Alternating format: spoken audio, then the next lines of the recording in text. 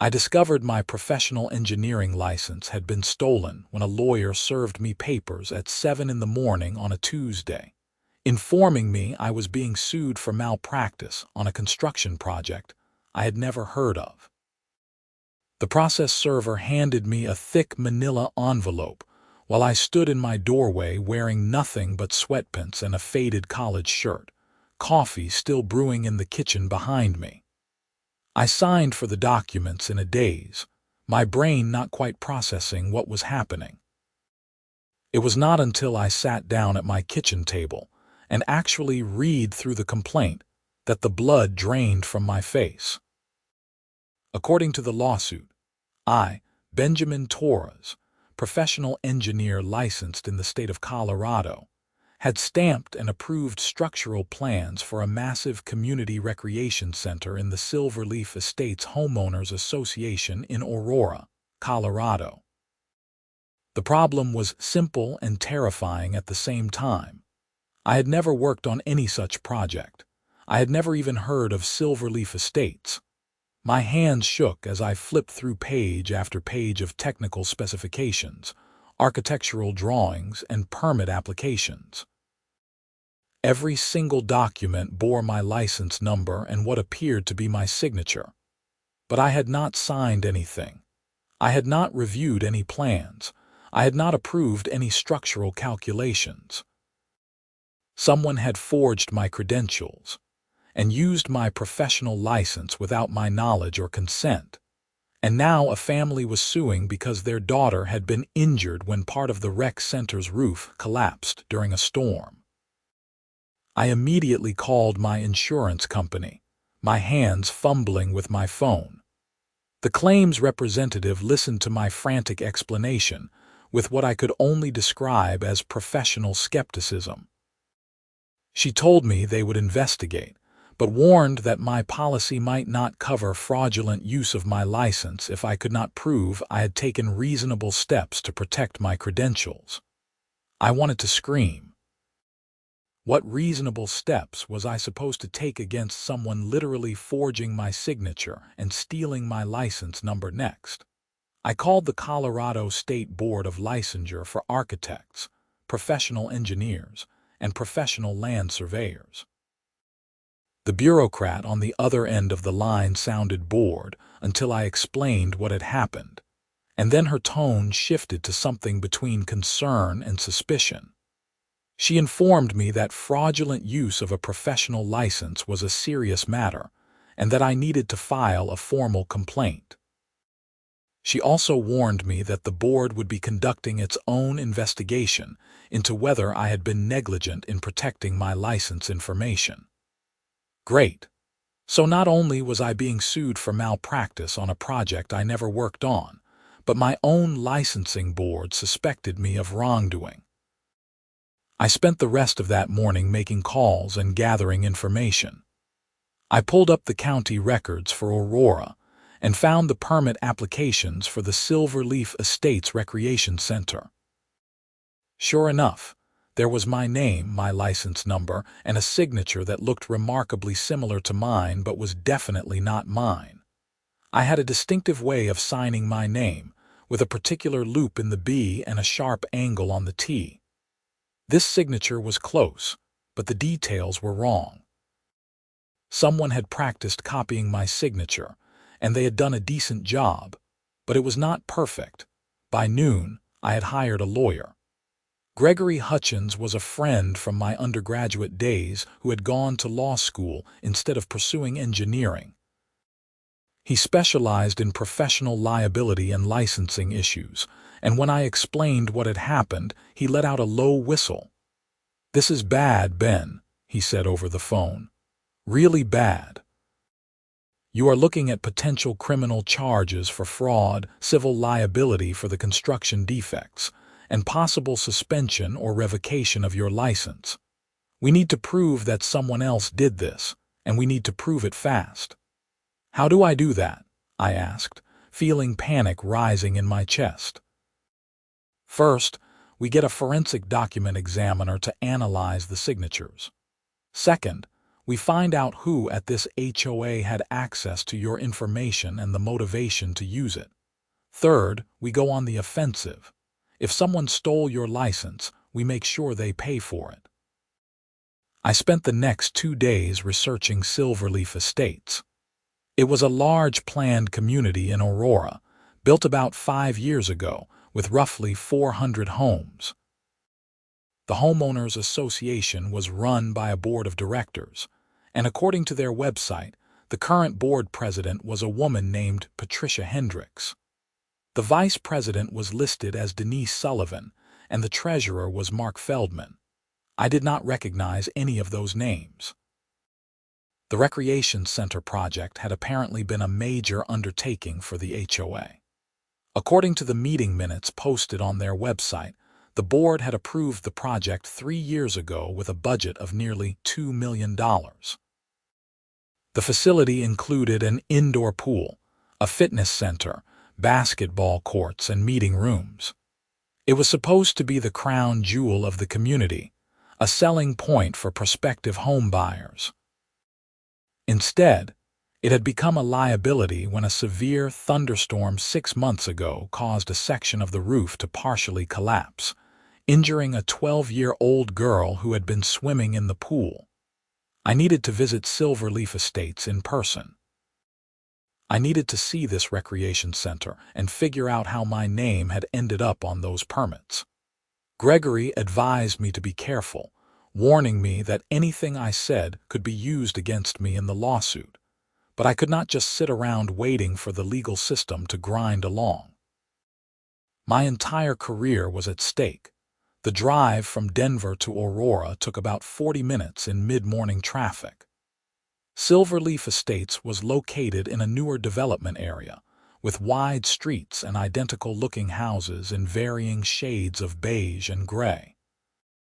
The recreation center was easy to find, a large modern building with lots of glass and metal accents.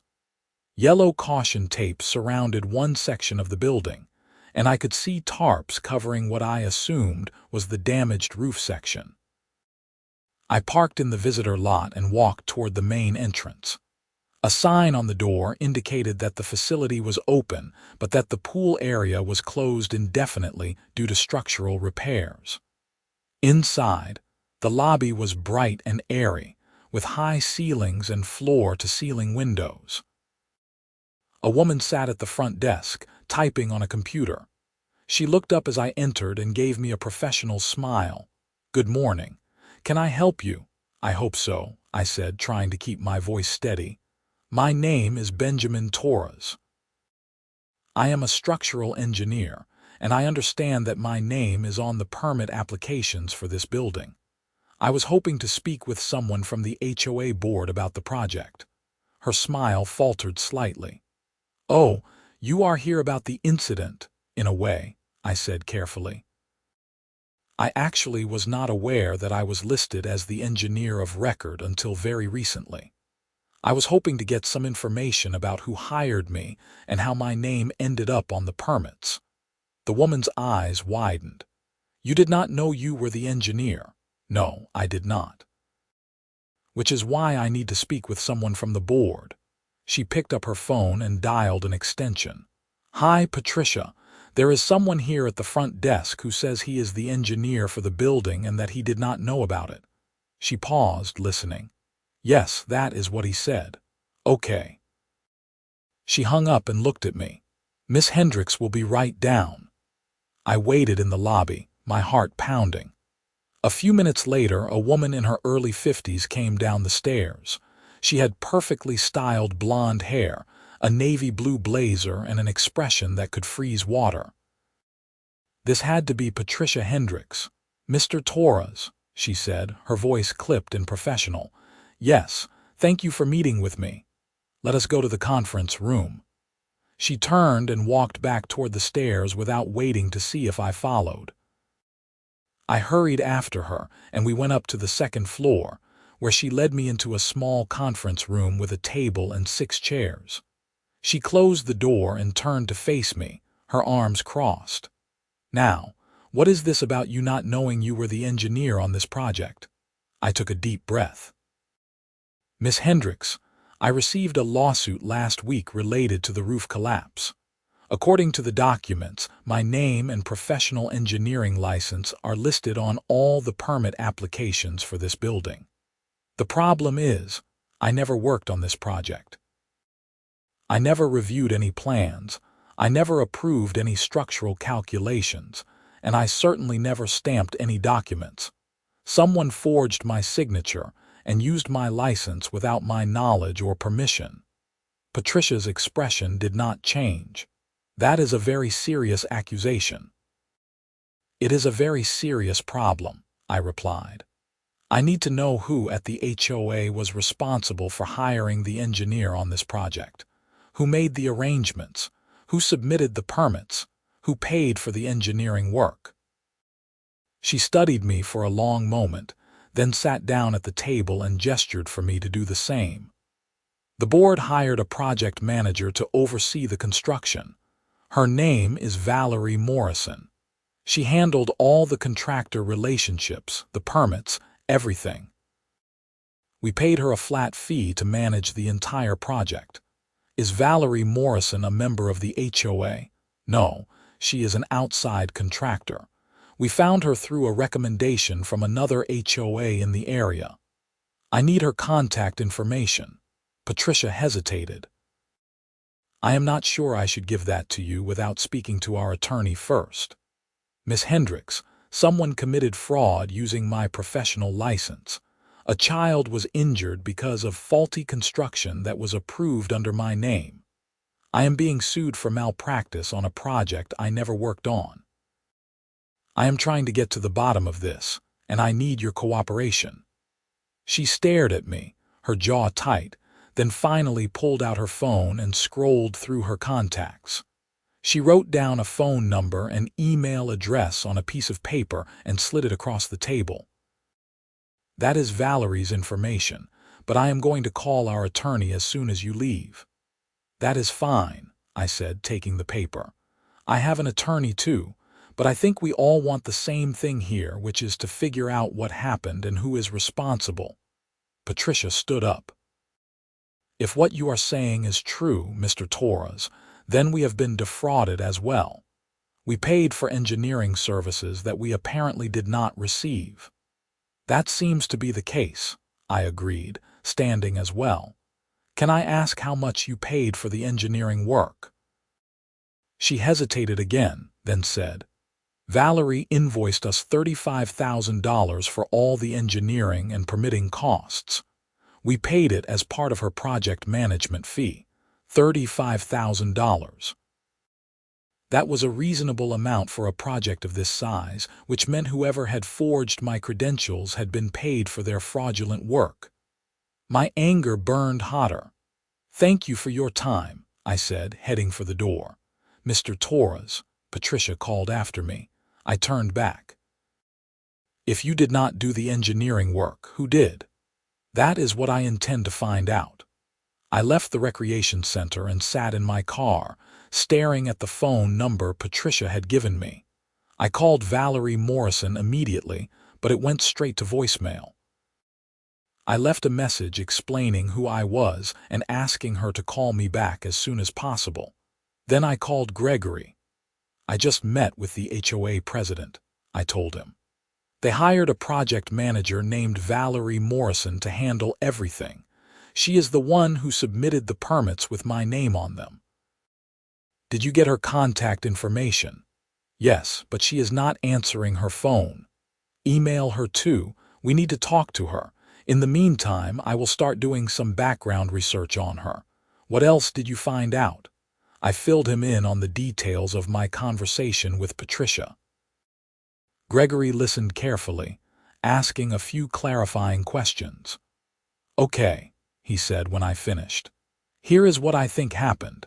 This Valerie Morrison either forged your credentials herself, or she hired someone to do the engineering work and that person forged your credentials. Either way, she submitted fraudulent documents to the county and defrauded the HOA.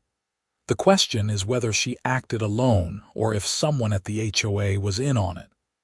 Patricia seemed genuinely surprised when I told her I never worked on the project. She might be a good actor. Or she might be telling the truth. We need more information. I spent the rest of the day trying to reach Valerie Morrison with no success. I emailed her, I called her. I even looked up her business address and drove by, only to find an empty office suite with a for lease sign in the window. That was not a good sign. By the next morning, I was convinced that Valerie Morrison had disappeared. Gregory confirmed it after doing his research. Valerie Morrison was a real person with a real business license, but her business had been dissolved 6 months ago, right around the time of the roof collapse. Her phone number was disconnected, her email bounced back, and her last known address was a mailbox at a UPS store. She ran, Gregory said over the phone. As soon as the roof collapsed and she knew there would be an investigation, she disappeared. So how do we find her? We might not be able to. But we can prove that she was the one who submitted the fraudulent permits, which should be enough to get you off the hook for the lawsuit and the licensing board investigation. That does not help the family whose daughter was injured, I said bitterly. No, it does not. But it is not your fault, Ben. You are a victim here too. I knew he was right, but it did not make me feel any better.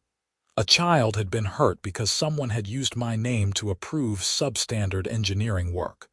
That weighed on my conscience, even though I had not actually done anything wrong.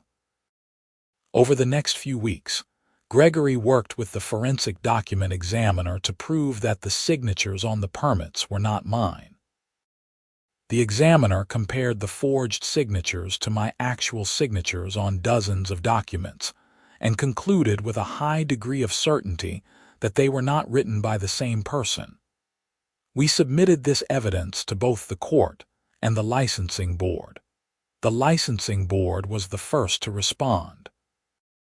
They sent me a letter stating that their investigation had concluded I was not responsible for the fraudulent use of my license, and that they would be referring the matter to law enforcement for criminal prosecution. That was a relief, but the civil lawsuit was still ongoing. The family's attorney was not willing to drop the case against me without more evidence.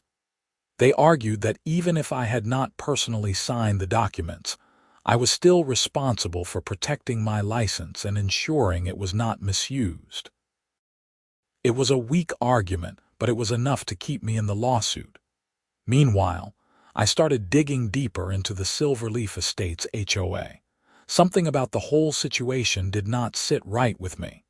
How had Valerie Morrison gotten my license information in the first place? How had she known enough about me to forge my signature convincingly? There had to be a connection I was missing. I went back through all the public records I could find on the recreation center project. I looked at the board meeting minutes, the budget reports, the contractor invoices, everything. And that is when I found it. Buried in a meeting minute from 4 years ago was a mention that the board had reached out to several engineers for quotes on the project. My name was on that list. I had no memory of ever being contacted by the Silverleaf Estates HOA, but it was possible I had missed an email or a voicemail. I went back through my old emails and found it. 4 years ago, someone from the HOA board had sent me an inquiry about the recreation center project, asking if I would be interested in providing engineering services. I had responded saying I was too busy with other projects, but thanking them for the inquiry. I had not thought anything of it at the time. That email was how Valerie Morrison had gotten my information. She must have had access to the board's emails and files, and she had pulled my name from the list of engineers who had been contacted. She had probably looked at my website, found samples of my signature on publicly available documents, and practiced forging it. But that raised another question. Why had Valerie Morrison gone to all that trouble to forge my credentials instead of just hiring a real engineer? The answer hit me like a freight train.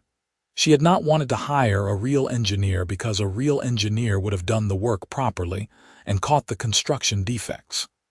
Valerie Morrison had wanted to cut corners, save money, and pocket the difference.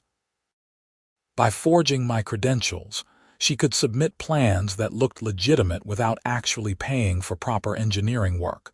I called Gregory and explained my theory. He agreed it made sense. So the question now is whether anyone at the HOA knew what she was doing, he said. If they were in on it, they are liable too. If they were not, they are victims just like you. I thought about my meeting with Patricia Hendricks. She had seemed genuinely shocked when I told her I had not worked on the project, but I could not shake the feeling that someone at the HOA had known. The project had been too big, too expensive, for no one to have noticed something was wrong. I decided to do something risky. I went back to Silverleaf Estates, but this time I did not go to the recreation center. I went to a coffee shop just outside the community and started talking to residents. I introduced myself as a journalist working on a story about HOA construction projects. It was not exactly a lie, more of a creative interpretation of the truth. The residents I talked to had a lot to say about the recreation center. Most of them were angry about the roof collapse and the fact that the pool was still closed. Several mentioned that they had been surprised by how quickly the project had been completed and how much cheaper it had been than the original budget. One woman, a retired teacher named Margaret, was particularly talkative. "I remember when they first proposed the rec center," she said, sipping her latte. "They told us it was going to cost $3 million, and everyone was upset about the special assessment. But then Patricia Hendricks said she had found this amazing project manager who could do it for $2 million. Everyone was thrilled. We thought we were getting a great deal." "Did anyone question how she was able to cut the costs so much?" I asked. Margaret shrugged. "A few people did, but Patricia said the project manager had connections with contractors and could get bulk discounts on materials. It all seemed legitimate." "You remember the project manager's name, Valerie something. Morrison, I think. Did you ever meet her?" "Once or twice at board meetings. She seemed very professional, always had all the right paperwork and permits." I thanked Margaret for her time and moved on to another resident. By the end of the afternoon, I had talked to a dozen people, and a picture was starting to emerge. Patricia Hendricks had been the one who had brought Valerie Morrison to the board. Patricia had vouched for Valerie, convinced the other board members to hire her, and pushed the project through despite some concerns from residents about the reduced budget. That did not necessarily mean Patricia had been in on the fraud, but it definitely meant she had a vested interest in the project succeeding. And if she had known that Valerie was cutting corners and using forged engineering credentials, she would be criminally liable. I called Gregory and told him what I had learned. He was quiet for a moment, then said, "We need to talk to the other board members. If Patricia was involved in the fraud, someone else on the board might know about it." Getting the other board members to talk to me was easier than I expected. I called Mark Feldman, the treasurer, and explained that I was the engineer whose license had been forged. He agreed to meet me at a restaurant in Aurora that evening. Mark was in his early 60s, balding, with wire-rimmed glasses and a nervous demeanor. He sat across from me at a booth in the back of the restaurant, fidgeting with his napkin. "I want you to know I had nothing to do with any fraud," he said before I could even ask a question. "I just handled the finances. Patricia was the one who managed the project." "I am not accusing you of anything," I said, trying to sound reassuring. "I am just trying to understand what happened. Can you tell me about the financial arrangements for the project?" Mark nodded, looking relieved. "The board approved a budget of $3 million originally. We were going to fund it through a special assessment on all the homeowners. But then, Patricia found Valerie Morrison, and Valerie said she could do the project for $2 million. That saved every homeowner about $2,500, so everyone was happy. Did you review the invoices from Valerie? Yes, I reviewed all of them. They looked legitimate. She billed us for contractors, materials, permits, engineering fees, everything. I paid the invoices as they came in. Did you ever meet the engineer whose name was on the permits? Mark shook his head. No, I never met you. I mean, I saw your name on the documents, but I assumed you were working with Valerie. I did not think to question it. Did anyone on the board question it? He hesitated. Denise, the vice president, asked a few times about meeting the engineer. She wanted to review the structural plans because she has a background in architecture. But Patricia said it was not necessary, that everything had been approved by the county, and that we should not micromanage the project. That was interesting. Did Denise push back? A little, but Patricia shut her down pretty quickly. Patricia can be very forceful when she wants to be. Is Denise still on the board? Yes, but she and Patricia do not get along anymore, especially after the roof collapse. I got Denise Sullivan's phone number from Mark and called her as soon as I left the restaurant. She answered on the second ring, and when I explained who I was, she let out a bitter laugh. I knew something was wrong with that project, she said. I knew it from the beginning. But Patricia would not listen to me. Can we meet? I asked. I would like to hear more about your concerns. Absolutely. I have been waiting for someone to ask me about this. We met at her house in Silverleaf Estates the next morning. Denise was in her mid-40s, with dark hair pulled back in a ponytail and sharp, intelligent eyes. She invited me into her kitchen and poured us both coffee. I am an architect, she said, sitting down across from me at the kitchen table. Not a structural engineer, but I know enough to recognize when something does not look right. When Patricia showed us the plans for the rec center, I wanted to review them in detail. But she kept putting me off, saying the engineer had already approved everything and that we did not need to second-guess the professionals. Did you ever see my name on the plans? Yes, I saw your name and your license number. I even looked you up online. You have a good reputation, so I figured the plans must be legitimate, but I still wanted to review them myself, just to be thorough. Patricia refused to give me copies. Why would she do that? Denise took a sip of her coffee. At the time, I thought she was just being controlling. Patricia likes to be in charge, and she does not like people questioning her decisions. But after the roof collapsed, I started wondering if there was more to it. Do you think Patricia knew the engineering credentials were forged? Denise was quiet for a moment, choosing her words carefully. I do not know for sure, but I do know that Patricia was very motivated to get the rec center built quickly and cheaply. She was up for re-election to the board, and she wanted to be able to campaign on completing a major project under budget. If she knew Valerie was cutting corners, she might have looked the other way.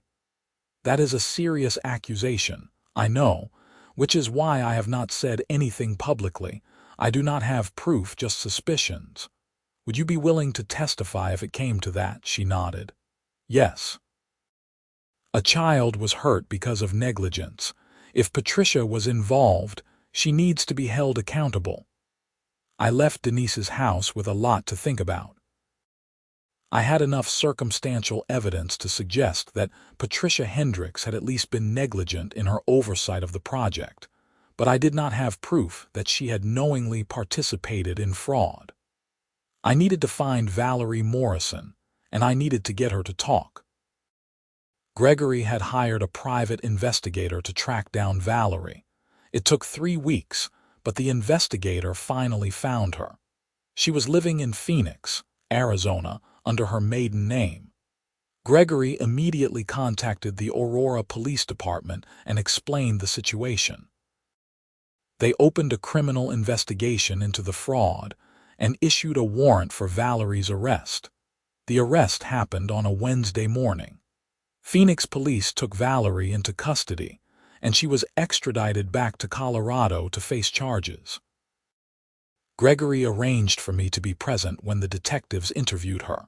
Observing from behind a one-way mirror, Valerie Morrison was in her late 30s, with auburn hair and a tired, defeated look on her face. She sat at the metal table in the interrogation room, her hands clasped in front of her. The detective, a no-nonsense woman named Karen Yates, sat across from her. "Miss Morrison, you are being charged with fraud, forgery, and theft. You understand these charges?" Valerie nodded, not meeting the detective's eyes. "We have evidence that you forged the signature and license of Benjamin Torres, a professional engineer, on permit applications for the Silverleaf Estates Recreation Center. You deny this?" Valerie was quiet for a long moment, then shook her head. "No, I do not deny it." "Why did you do it?" Valerie took a shaky breath. "I needed the money. I was in debt. My business was failing, and I saw an opportunity. The HOA was willing to pay good money for the project, and I knew if I could cut corners on the engineering costs, I could pocket the difference." "So you forged Mr. Torres's credentials?" "Yes. I found his information in the HOA's files from when they had contacted him for a quote. I looked up his signature online and practiced copying it. Then I submitted the plans to the county with his name on them." "Did you do any actual engineering work?" "No. I just copied some generic plans I found online and modified them to fit the project. I did not think anyone would notice." Detective Yates leaned forward. "A child was seriously injured when the roof collapsed. Did you think about that possibility when you were forging those documents?" Valerie's eyes filled with tears. "I did not think the building would fail. I thought I could get away with it. I am sorry." "I am so sorry." "Did anyone at the HOA know what you were doing?" Valerie looked up sharply. "What do you mean? Did anyone on the board know that you were using forged engineering credentials?" Valerie hesitated, and I could see the conflict on her face. She was deciding whether to protect someone or to save herself. "Miss Morrison," Detective Yates said firmly, "if you cooperate with us, the district attorney might be willing to reduce your charges. But if you lie to us, you are going to face the maximum penalties." Valerie took another shaky breath. "Patricia Hendricks knew." My heart skipped a beat. "The HOA president?" Detective Yates asked. "Yes. She approached me about 6 months into the project. She said she had reviewed the plans and realized they were not legitimate. She threatened to report me to the police unless I gave her a kickback." "How much?" $20,000. "I paid her in cash." Detective Yates made a note. "Do you have any proof of this payment?" "No, it was cash, but I can tell you where and when we met. I can describe her office, her car, things only someone who had actually met with her would know." The detective asked a few more questions, getting details about the meetings between Valerie and Patricia. When the interview was over, I felt sick. Patricia Hendricks had not just been negligent. She had actively participated in the fraud and extorted money from Valerie to keep quiet. Gregory came to find me in the observation room. "Did you hear all that?" "Yes," I said, my voice tight. "Patricia Hendricks needs to be arrested. The detectives are working on it. They will bring her in for questioning today." Patricia Hendricks was arrested that afternoon at her home in Silverleaf Estates. According to the news reports, she denied everything, claiming Valerie was lying to save herself. But the detectives had already started building a case. They pulled Patricia's financial records and found a cash deposit of $20,000 made 6 months after the project started. Patricia claimed it was from the sale of some jewelry, but she could not provide any documentation to support that claim. The investigation expanded to include a forensic audit of the HOA's finances. The auditors discovered that Patricia had also embezzled another $15,000 from the HOA over the course of the project by inflating invoices and pocketing the difference. With the kickback from Valerie, Patricia had made $35,000 from the fraud. Both women were charged with multiple felonies. Valerie Morrison pleaded guilty to fraud, forgery, and theft in exchange for a reduced sentence of 5 years in prison. She also agreed to testify against Patricia Hendricks. Patricia's trial took place 8 months after her arrest. I attended every day, sitting in the gallery and watching as the prosecution systematically dismantled her defense. Denise Sullivan testified about Patricia's refusal to let anyone review the engineering plans. Mark Feldman testified about the financial irregularities he had noticed, but had been told to ignore. The forensic document examiner testified about the forged signatures. And Valerie Morrison testified about the kickback and Patricia's threats. The jury deliberated for less than 4 hours before returning a guilty verdict on all counts. Patricia Hendricks was sentenced to 10 years in prison for fraud, extortion, and embezzlement. She showed no emotion as the judge read the sentence, but I saw her hands shaking as the bailiff led her away. The civil lawsuit against me was dropped shortly after Patricia's conviction. The family's attorney acknowledged that I had been a victim of fraud and that I bore no responsibility for the roof collapse. The family instead settled with the HOA's insurance company for an undisclosed amount. The HOA itself faced a reckoning. Several residents filed a class action lawsuit against the board for negligence in overseeing the project. The lawsuit was eventually settled, with the insurance company paying out nearly $500,000 to the homeowners. The entire board resigned, and a new election was held. As for the recreation center, it was torn down and rebuilt from scratch, this time with proper engineering oversight.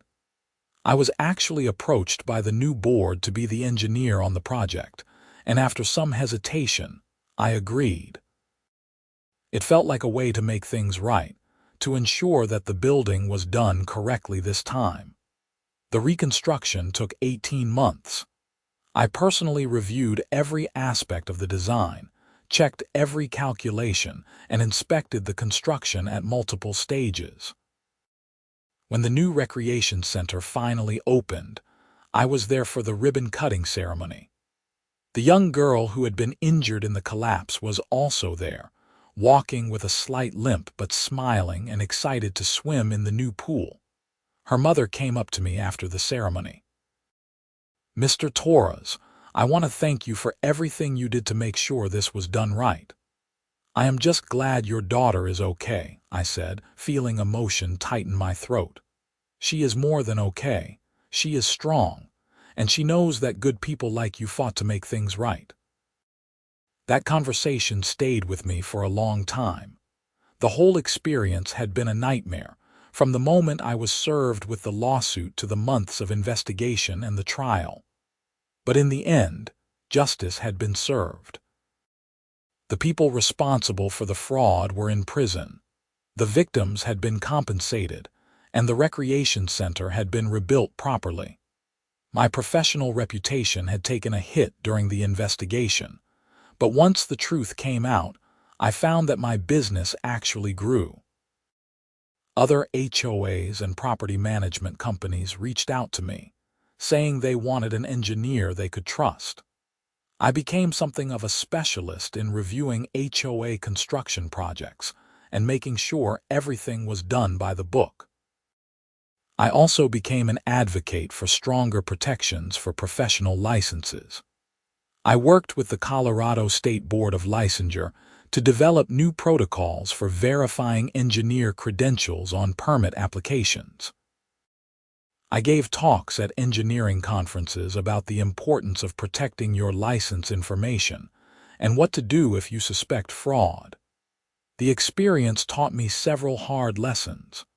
First, that my professional license was not just a piece of paper, but a valuable asset that needed to be protected. Second, that fraud could happen to anyone, even people who thought they were being careful.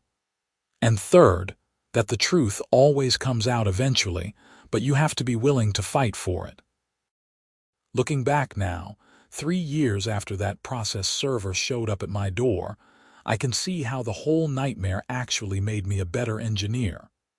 I am more careful, more thorough, more vigilant. I question everything and trust nothing at face value. And I never, ever take my professional license for granted. The Silverleaf Estates community has recovered from the scandal. The new recreation center is beautiful and safe, and it has become a real gathering place for the residents. The new board has implemented strict oversight procedures for all construction projects, and they have hired an independent auditor to review their finances quarterly. I still drive by the recreation center sometimes when I am in Aurora for other work. Every time I see it, I think about how close I came to losing everything because of someone else's greed and dishonesty. But I also think about how I fought back, how I refused to accept blame for something I did not do, and how I helped bring the real criminals to justice. Patricia Hendricks is currently serving her sentence at the Colorado Women's Correctional Facility. According to public records, she will be eligible for parole in 7 years. Valerie Morrison is serving her sentence at the same facility. I do not know if they ever see each other or if they regret what they did. I hope they do. As for me, my life has returned to something resembling normal. I still work as a structural engineer. I still take on challenging projects, and I still love what I do. But I am also more aware of the risks and more careful about protecting myself. I have better security on my email. I watermark all my documents, and I regularly check with the county to make sure no one has submitted permits using my name without my knowledge. The family whose daughter was injured has become friends of mine. We stay in touch, and I get regular updates on how she is doing. She is now 15, a straight-A student, and an accomplished swimmer. She plans to study engineering in college, which she says is because of me. I told her she should study whatever makes her happy, but I would be lying if I said it did not make me proud. The whole experience also changed how I view HOAs. I used to think of them as relatively harmless organizations, maybe a bit bureaucratic and annoying, but ultimately well-intentioned. Now I know better. HOAs wield significant power over people's homes and lives, and when that power is abused, the consequences can be devastating. I have become an advocate for stronger oversight of HOA boards and better protections for homeowners. I have also become more involved in my own HOA, attending meetings and asking questions about how our community's money is being spent. I am not trying to be difficult, but I think homeowners have a responsibility to stay informed and hold their boards accountable. If the residents of Silverleaf Estates had been paying closer attention, maybe the fraud would have been caught earlier and the roof collapse could have been prevented. But I also try not to dwell on what ifs and might have beens. What happened happened, and all I can do is learn from it and try to make sure it never happens again. That is why I agreed to write about my experience, to share my story with other engineers and homeowners who might find themselves in similar situations. If there is one thing I want people to take away from this, it is that you should never ignore red flags. When something seems too good to be true, it usually is. When someone is unusually secretive or defensive about a project, there is probably a reason. When people resist oversight or transparency, they usually have something to hide. And if you are a professional with a license, protect it like your life depends on it, because your career certainly does. Your license is not just permission to practice your profession. It is your reputation, your credibility, and your livelihood all rolled into one. If someone steals it or misuses it, the consequences can be catastrophic. I was lucky. I had a good lawyer, solid evidence, and a supportive licensing board. Not everyone in my situation would have been so fortunate. Some people might have lost their licenses, their careers, and their reputations, even though they did nothing wrong. That is why it is so important to act quickly if you suspect fraud, to document everything, and to get professional help immediately. The legal system worked in my case, but it took time, money, and an enormous amount of stress. There were moments when I wondered if it was worth fighting, if I should just accept some responsibility to make the lawsuit go away. I am so glad I did not take that path. Fighting for the truth was the right thing to do, not just for me but for everyone involved. The engineering profession is built on trust. When we stamp a document with our license, we are telling the world that we have personally reviewed the work and that it meets professional standards. That trust is sacred, and when someone violates it through fraud or negligence, it undermines the entire profession. That is why the penalties for fraud are so severe, and why they should be. Patricia Hendricks and Valerie Morrison did not just hurt me and the family whose daughter was injured. They hurt every honest engineer who takes their professional responsibilities seriously. They hurt every homeowner who trusts that their community's construction projects are being done safely and correctly. They hurt the public's faith in the system. I am proud that I played a role in bringing them to justice. It was not easy and there were times when I wanted to give up, but I kept pushing forward because I knew it was the right thing to do. And in the end, the truth prevailed. The story does not have a perfect ending. The girl who was injured will always carry scars from the accident, both physical and emotional. The residents of Silverleaf Estates had to pay for an expensive reconstruction project that should not have been necessary. My own career was disrupted for nearly a year while I dealt with the investigation and the lawsuit. But it is a just ending, which is sometimes the best we can hope for. I still practice engineering in Colorado, and I still love my work. Every project I take on, I approach with the same level of care and attention to detail, knowing that my name and my license represent a promise to do things right. I never want to go through anything like the Silverleaf Estates nightmare again, and I never want anyone else to have to go through it either. So I stay vigilant, I stay honest, and I stay committed to the principles that drew me to engineering in the first place. I believe in building things that last, in creating structures that are safe and beautiful and functional. I believe in doing things the right way, even when it is harder and more expensive. And I believe that integrity matters in engineering and in life. The recreation center stands as a testament to those beliefs. Every time I see it, I remember everything I went through to make it right, and I feel a sense of satisfaction that I do not get from any other project. It is more than just a building to me. It is proof that even when things go terribly wrong, they can be fixed if enough people care enough to make it happen. That is the real lesson of the Silverleaf Estate story. Not that fraud happens, because we all know it does. Not that people can be greedy and dishonest, because that is not news to anyone. The real lesson is that ordinary people, working together and refusing to accept injustice, can make things right.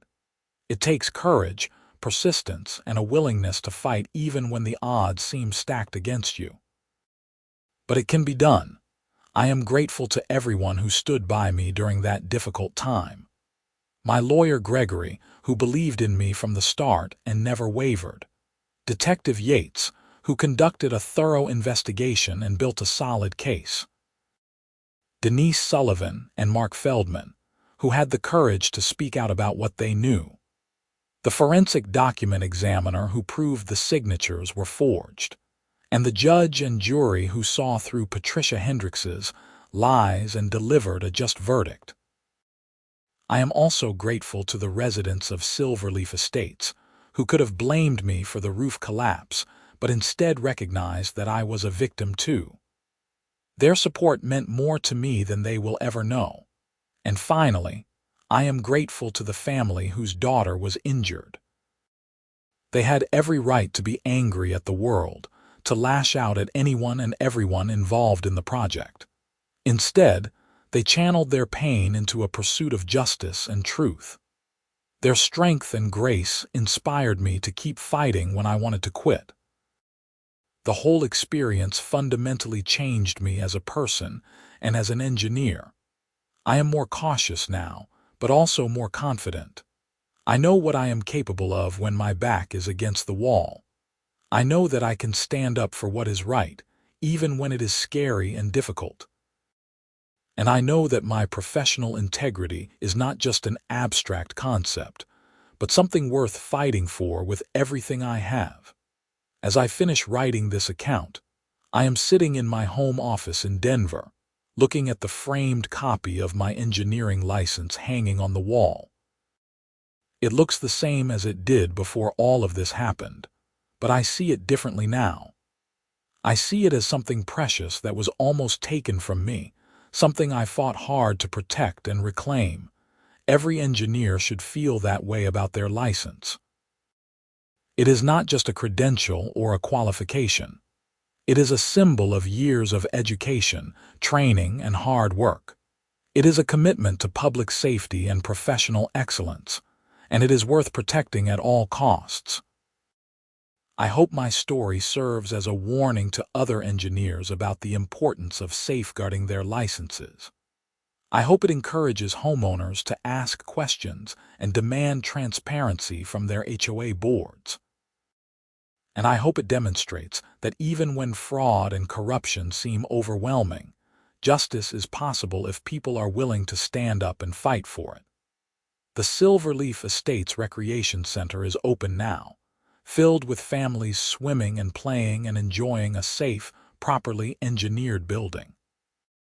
That is the way it should have been from the start, but at least it is that way now.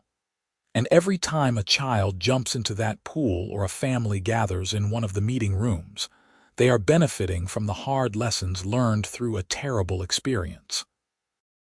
That is not a perfect ending, but it is a real one. And sometimes, real is better than perfect.